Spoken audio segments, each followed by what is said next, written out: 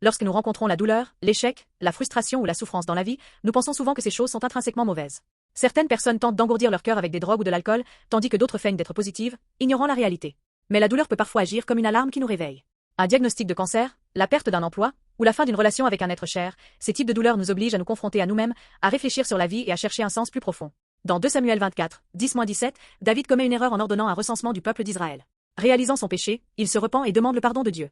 Dieu, par l'intermédiaire du prophète Gad, donne à David 3 choix de punition, 7 ans de famine, 3 mois de fuite devant les ennemis, ou 3 jours de peste. Faisant confiance à la miséricorde de Dieu plutôt qu'aux mains des hommes, David choisit la peste. En conséquence, une grande épidémie frappe Israël, tuant 70 000 personnes. Alors que le fléau atteint Jérusalem, Dieu ordonne qu'il s'arrête, épargnant la ville. Voyant la souffrance de son peuple, David s'écrie, « C'est moi qui ai péché. Qu'ont fait ces gens?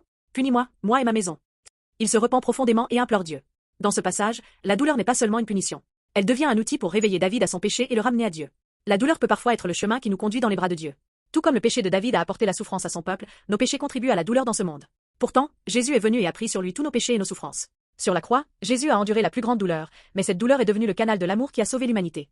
C'est le paradoxe de la douleur. La plus grande souffrance a apporté le plus grand salut. La croix de Jésus est l'endroit où la justice et l'amour de Dieu se rencontrent. Il connaît nos douleurs, nous console et guérit nos blessures. En Christ, nous pouvons voir la douleur sous un nouveau jour. La douleur n'est plus une malédiction ou une catastrophe. C'est un processus par lequel Dieu nous rend plus forts et plus profonds. Grâce à la croix de Jésus, nous sommes libérés du poids du péché et pouvons trouver l'espoir même dans la souffrance. La douleur ne nous brise pas. Dans les mains de Dieu, elle devient une opportunité de devenir plus fort et plus mûr. Lorsque nous faisons confiance au pouvoir de Dieu de tout concourir au bien, nous pouvons trouver la paix dans n'importe quelle douleur. Si vous souffrez en ce moment, regardez Jésus. Il connaît votre douleur et est avec vous. La douleur n'est pas la fin. Dans les mains de Dieu, c'est une porte vers un nouveau commencement.